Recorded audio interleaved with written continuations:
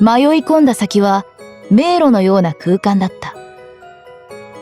束縛、正義、暴力、睡眠、虚妄、卑劣、依存、飛逆、悲哀、探求、老害、暴食、成金、純潔、短美、豪華。馴染み深いキーワードが書かれた16の扉が円を描くように配置されていた。束縛について思いを馳せる。ゲームの時間に束縛される苦痛と、その努力の成果で達成できた偉業を思い出す。束縛は負の側面もあれば、正の側面も同時に内包していた。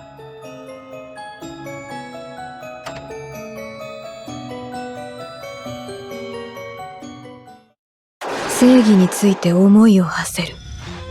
仲間同士の正義が食い違い、いさかいになることがあった。だが、どちらの主張にも一理あり、完全な不正解など存在しなかった。そして自分も彼らと同じ立場なら、同じ主張をする可能性があった。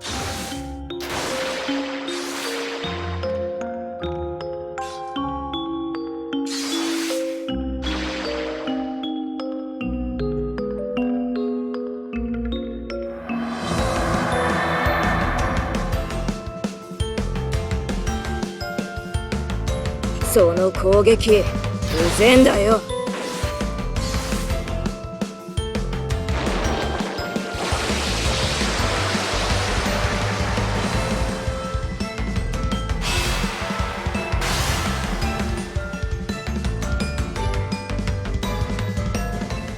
この世界では抵抗する力を持たない場合、いずれ不条理に蹂躙される。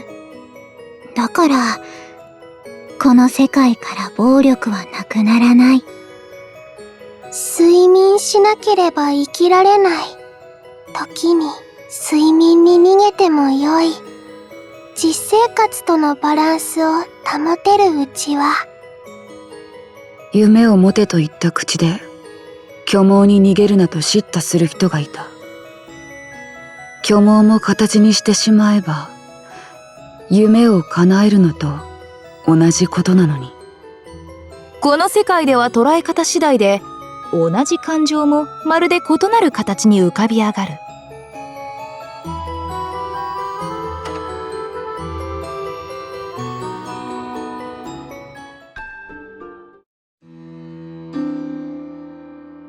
卑劣と戦略の間には人それぞれ感じ方が異なり、許容できる範囲にグラデーションが存在する。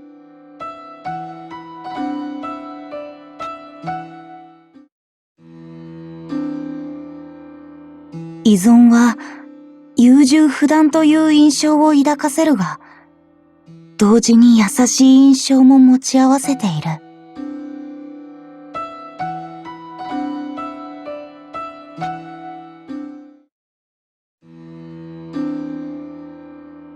一方で、何度苦しめられても、むしろ喜び、快楽を得る飛躍的なものもいる。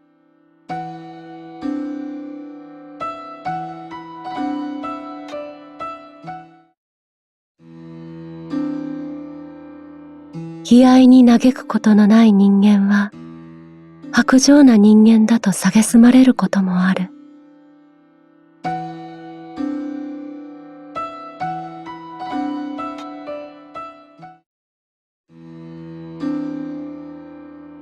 薬の探求ではたくさんの命が犠牲になる。しかしその成果でより多くの命を救う側面も存在する。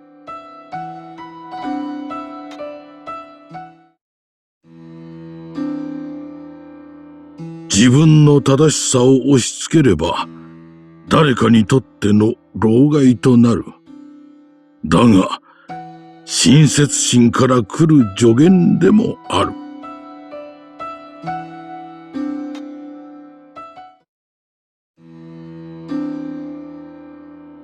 暴食には罪悪感がつきまとう。だが、暴食でしか得られない快楽もある。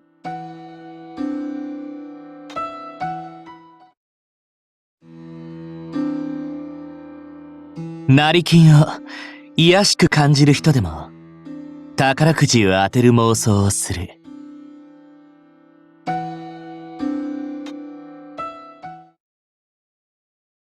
純潔は清らかな感情だが、染まりやすく流されやすい。それは儚い美しさでもある。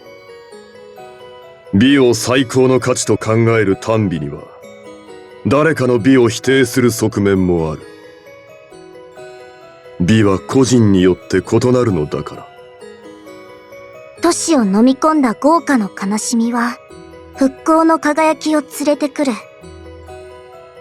人間の抱く感情は複雑で、誰もが完全に同じ感情を共有することは叶わない。これまでの長い物語は、あらゆる価値観を否定し、それと同時に肯定していた。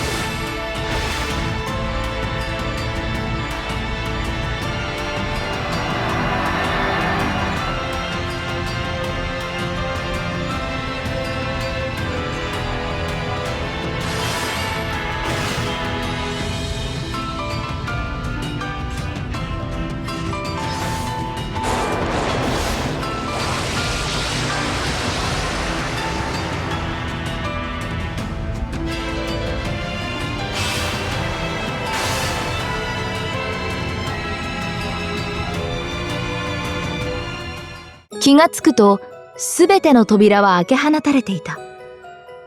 あなたがそれに気づくと、ドロシーの声が脳裏にこだまする。暗鬼の欲望に打ち勝つには強い絆が必要です。あなたは現実世界と同様にシノアリスの世界でもたくさんの出会いがありました。その中でも特別な一人を思い浮かべてください。大切な一人を選ぶために同じくらい大切な仲間を諦める強い思いが必要なのです。